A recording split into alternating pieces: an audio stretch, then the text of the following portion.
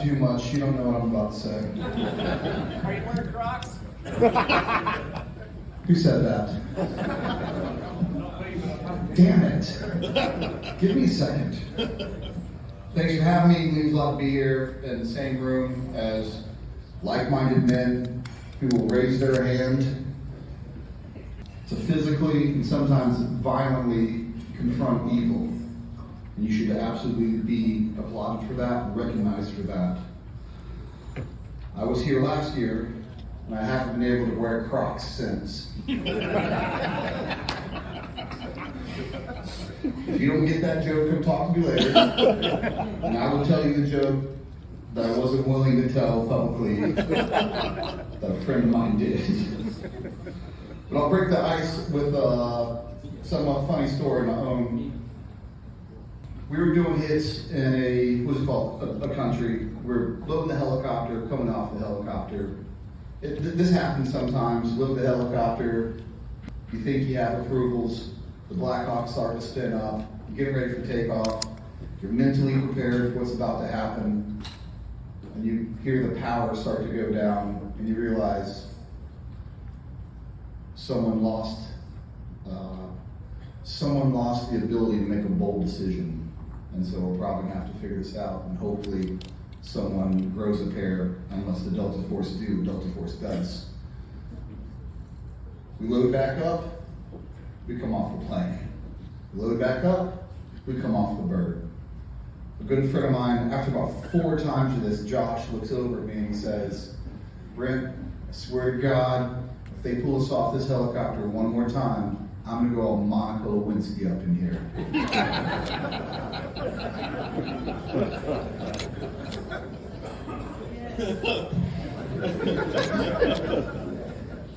Much like you guys, I was a little confused about that.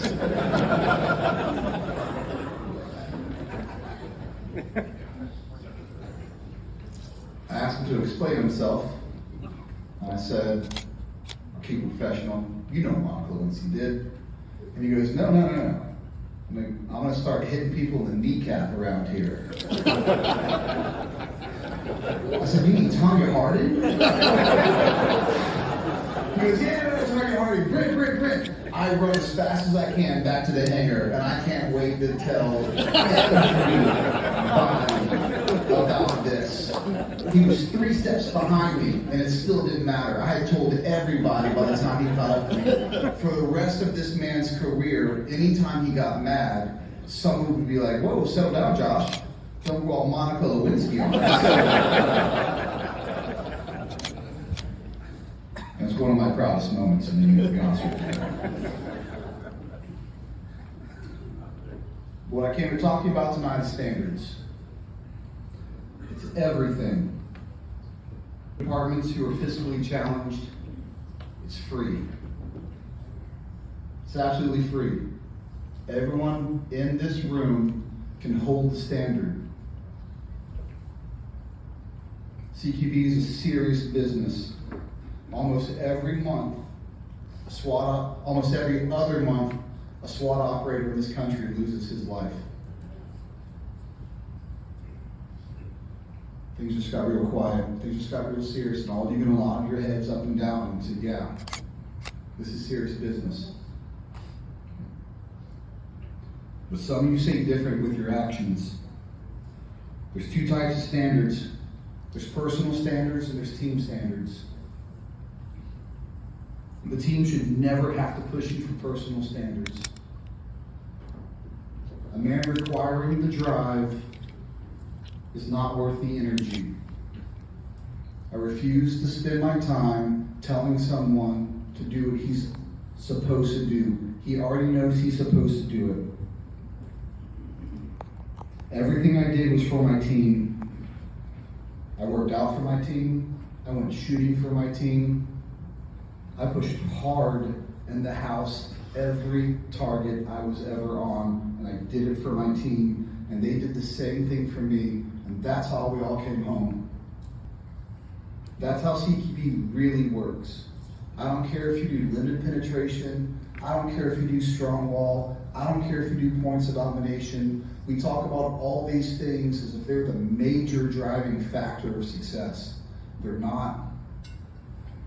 The men who go into that house is the determining factor of success. How serious they take their line of work. That's who determines success. Give me teammates like that, and we'll all come home. Being out of shape, a poor shot, or the weakest link in CQB, and to be honest with you, usually it's all the same person, is the most selfish person on that team. Fire him. If you can't fire him, let him watch the hit from the Bearcat.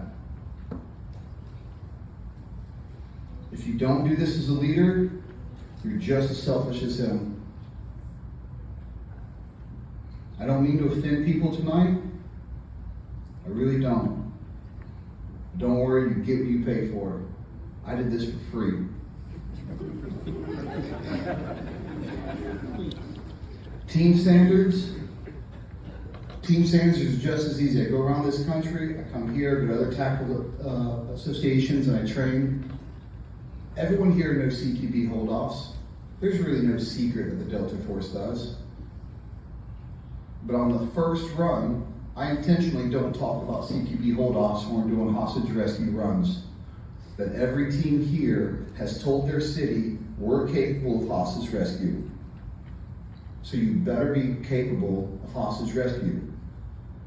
And when we go through these runs, where do you think all those bullets go?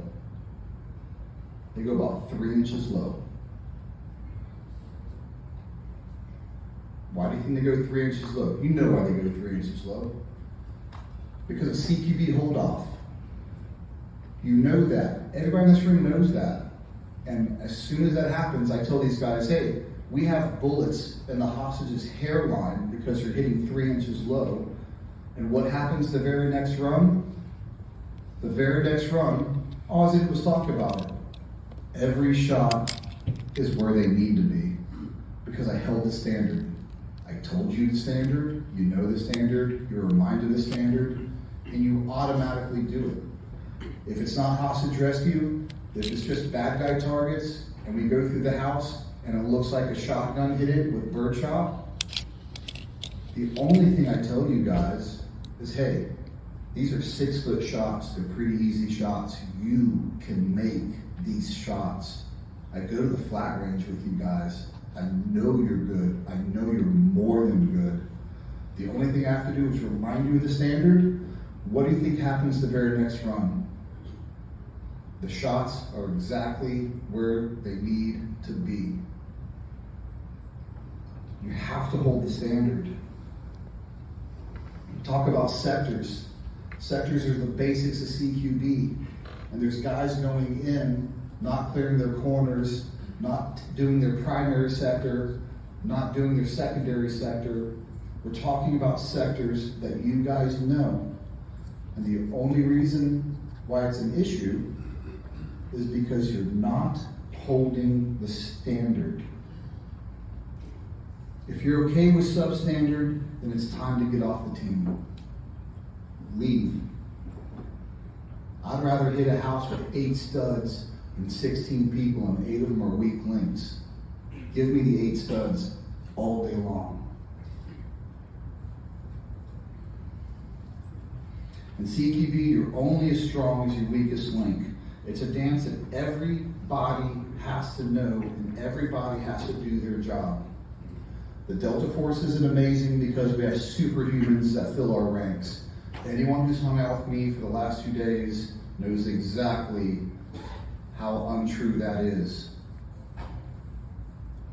The truth is, the best guy here can give our best guy a run for his money. I think he'll win, but he'll know there's competition. Here's the difference. It's not just for law enforcement, it's Green Berets, it's SEALs, it's everybody. The Delta Force is the Delta Force because our weakest link will run circles against anyone else's weakest link. You're only as good as your weakest link. If you think that stud on your team is going to bring you home every night, you're wrong. He's going to bring you home a lot, and he probably already has. He's been shouldering this burden for a long time, but he will not bring you home every night. The only person that can bring you home is you.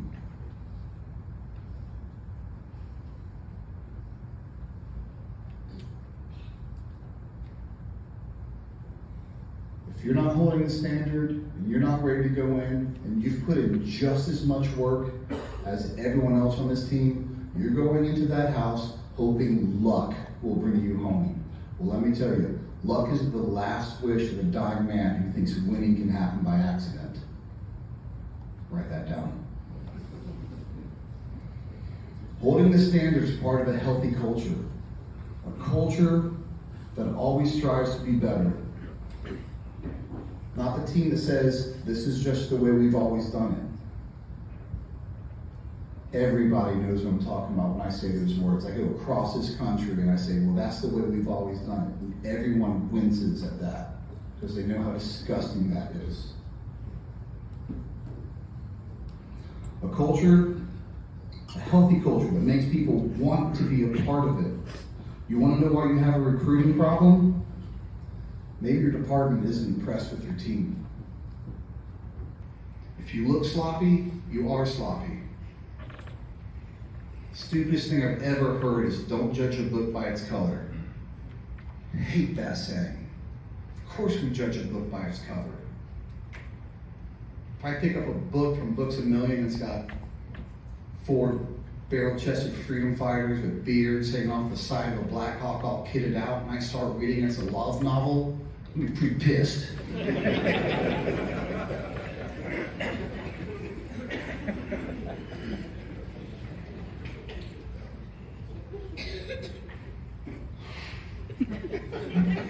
So don't get mad at me for the challenge.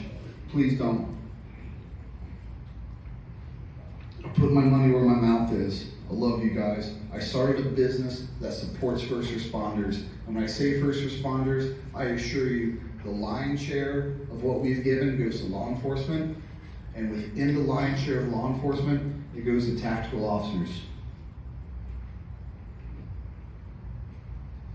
I give my time and energy, usually for free, for teams across this country. I came from the Delta Force, I'm proud of it. But guess what? If my family's in trouble tonight, the Delta Force isn't coming to save my family. You guys are. That's where I choose to pour my resources and time and energy to. So if you don't like what I said, don't go all Monica Lewinsky on me. Take the challenge to heart, be better, be dangerous, and enjoy your night.